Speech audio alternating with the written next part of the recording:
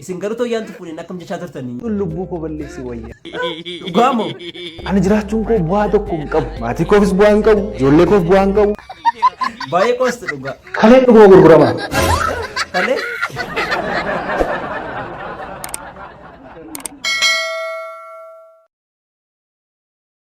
Jooyyaa akkam jirtu kabajamoo daawwattoota keenya nagaa keessanii ani nagaa koodha. Maarree gaarras kunoo deebi'ee dhufee jira. Egaa qophii yeroo hundaa karaa YouTube jabaa miidiyaa interview isiniif goonu maqaa wayii moggaasee fi maqichisi hirkoo show jedhe yoo moggaase akkam taala ta'etan moggaase. Egaa guyyaa har'aatii kaasee qophii karaa jabaa miidiyaa interview namoota garaagaraa interview bohaarsaa bashannansiisaa akkasumallee waan guddaa irraa barattan hirkoo show jedhee moggaasee jira waan ta'eef viidiyoo kana laayikii godhaa akkasumallee yuutuubii kana sabiskiraaybii gochuudhaan maatii kana ta'aa isiniin jedhaa walumaan gara viidiyoo keenyaatti dabarru. Egaa Dr. Nabiyyaa Fayyaantuun guyyaa har'a qophii akkamii waliin dabarsan jettanii yaaddu? Waliin taphannaa, waliin mari'annaa, waliin kolfinaa, waliin bashannanna. Egaa Dr. Yaan akka keessanii aadamnaa yookaan buchoosee jedhan sana hin qabu waan ta'eef qabaama kun dhufee jira waan ta'eef natti narrinaaga. Qofaa kee taatee yeroo hundumaa teessee nutti taasoftaa. Maaliif nama biraa qabattee dhuftu? Hin qabu kan isaan qabadhee dhufaree. Mee garuu isin gaa'ela akkamitti ilaaltu? Mee gaa'elli kun akkamii jira? Deebise kana.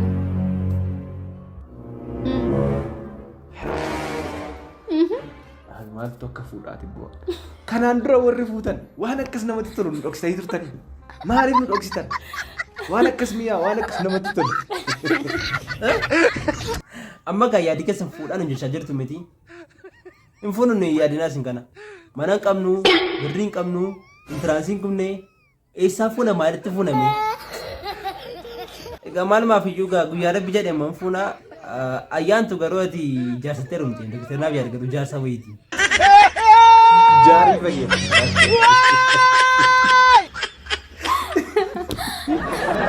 Maarree dhuguman jedhe yoo ta'e ammas hin jaarsa mitiire.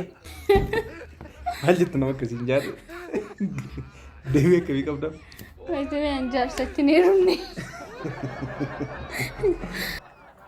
Ani dhugaa dubbachuudhaaf nan qoosee mee garuu mana keessan keessaa eenyutu yeroo baay'ee hirriba rafuu jaallata? Mee eenyutu hirriba jaallata?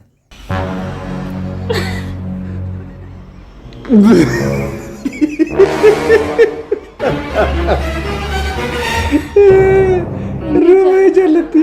Achumaanis immoo hirriba baay'ee jaallatti isheen. Na jaalladhan sabaan. Hirribaadha. Tole mee mana keessan keessaa immoo eenyutu immoo waa irraanfata yeroo baay'ee waa dagata? Kana nuuf qooda dafaa. Abbaan dursee ta'uu fi mee gaariidha kan. Eenyutu waa irraanfata? Baay'ee waa irraanfata. Amma yaadatu baay'ee irraanfata. Eenyutu immoo yeroo baay'ee riimootii fuudhee asii achi fiiga mana keessa dafaa.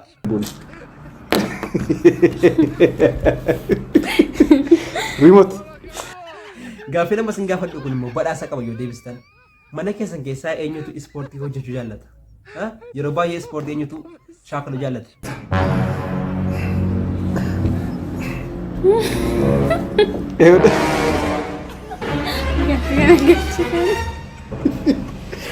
Ana guyyaatti bushaappii tokkoon hojjedha. Gaafa rafu garaa irra rafa ganaman ka'a. Kun bushaappii. Egaa Kiristiin gaariidha. Gaaffii nama sin gaafadhu kan ammoo gaasan maallee egaa badhaasa keessan dhabdaniitu namni ispoortii hojjetu sin keessan jiru. Mee gaaffii nama sin gaafadhu kan ammoo yoo natti tolee badhaasa sin badhaasuu hin danda'a garuu immoo ijaaf jetti sirriitti naa deebisa. Eenyutu gaaffii jaalalaa dhiyeesse? Ayyaantudha moo Doktariidha? Kan isin dhubu gaaffii jaalalaa kan naaf dhiyeesse jalqaba isheedha. Maqaballeessi dhabuun. Maali kun ragaa jira? Ragaa qabnaa bokkoo? Maqaballeessi dhabuun. Ragaan jira. Ragaan gaaffii jaalalaa kan naa dhiyeesse jalqaba kan keessaan dhufee haayi. Naan jedhee na janajjane isheedha. Sana booddee mootti fufee eenyutu janajjanu jalqabee si miti?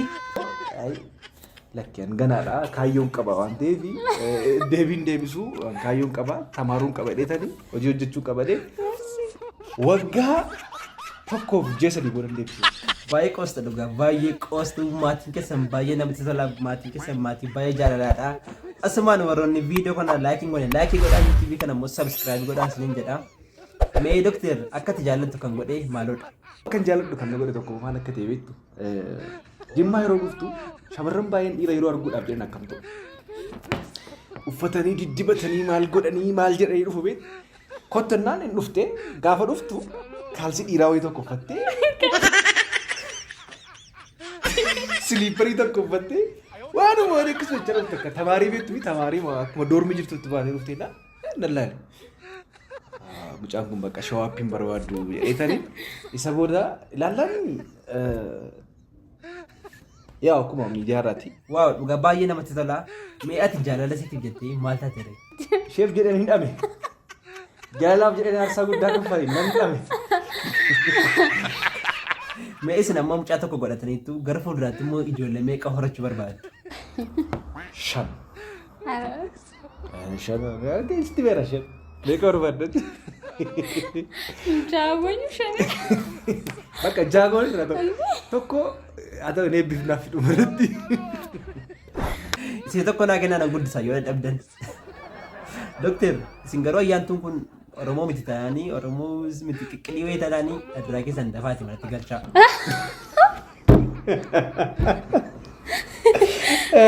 Qoosaadha inni galeera. Nan qoose akka muudii isin qabachaa irratti bartan miti. Mee doktor isin mudannoo jaalalaa maal qabdu? Mee mudannoo jaalalaa qabdan keessaa waan xiqqoo isheenaaf qooda. Xalayaa jaalalaa osoo hin taane wal fakkaataa maal ture yeroon elementarii baradhu kutaa 8 baradhu 7 baradhu mucaa maqaa ishee dha'uun barbaadu mana keenya fuuldura ollaa keenya. Yeroo hunduma na waamtee sin jaalladha abbaa manaa kun naan jetti. Nan haara galee baay'inaan. Isheen guddina. Jechuun umuriidhaan actually waggaa tokko anatu irra jira jechuudha.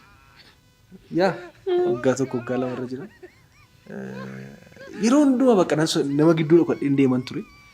Guyyaa tokko kutaa 10 gaafa baradhu kutaa 10 yeroo sana kutaa 10 bakka biraa deemeen baradhee ture maatii irraa adda baheen ture.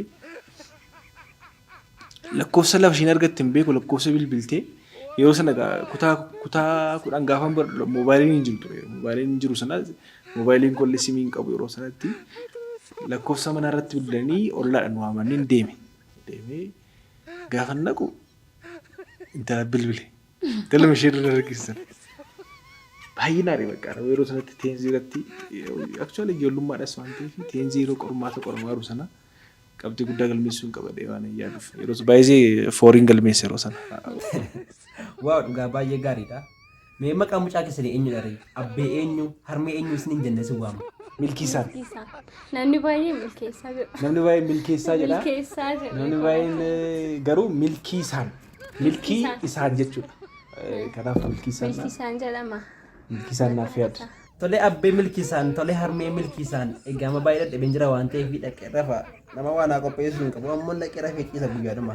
Ammas immoo wanti beekamu keessaa tokko bakka ciistan hin turina. Namoonni baay'ee maal godhu isin fakkaata. Guyyaa gaafa galanii siree isaanii irra ciisanii achirratti nyaatu, achirratti dhugu, achumarratti ta'anii hojii garaagaraa hojjechaa oolu. Akka sanaan beekaa galgaluma rafa. Ati garuu too ayyaantuun fuudhin akkam jechaa turte? Ani jiraachuun koo bu'aa tokko hin qabu. Maatii koofis bu'aa hin qabu. Ijoollee koof bu'aa hin qabu. Baachuudha. Kun lubbuu koo balleessee wayyaa. Wayyuu duutee qoltachuudha. Miira akkamitti dhaga'ama ture yeroos? Jiraachuudhaaf sababa hin qabu. Ani maaliif hin jiraadha? Addunyaa kana jiraachuun koo bu'aa hin qabu. Osoo hin du'e wayyaa. Osoo lubbuu koo balleessee wayyaa. Ayyaantu baguma gara dokteennaaf yaadinni dhufte malee silaasan lubbuu isaanii balleessan jedhu. Wayyoo baga dhufte maaloo? Doktor mee dhumarratti maal na gaafachuu barbaaddu? Gaaffii akkamii na gaafachuu barbaaddu? Kaleen dhuguma gurgurama. Doktor jireenya cimee waasaa moo maaliif gurguruu barbaaddan isin? Yoo gurgurame kaleen tokko qarshii meeqa baasa? Maaliif gatii isaa baruu barbaaddan isin waasaa garuu rakkoo jira? Doktoroonnis immoo gaafa namni du'u dafanii kalee keessaa baafatu jedhanii kalee keessaa baafatanii gurguratu. Dafaati akka namni du'e dafaati baasa. Dhugaa moo? Namittiin tokko safara keenya duuteetti waan ta'eef dhaqee kalee keessaa baafadha.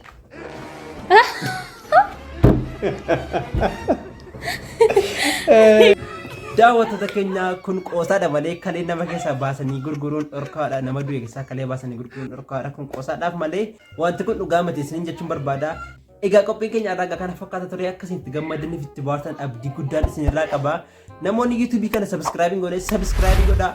Like gochuun sekondii muraasa isin fudhata. Like godhaatii na jajjabeessaa isiniin jedhaa. Amma qophii biraadhaan walitti deebinutti nagaan naa turaa isiniin jaalladha. Isin jaallatamtoota.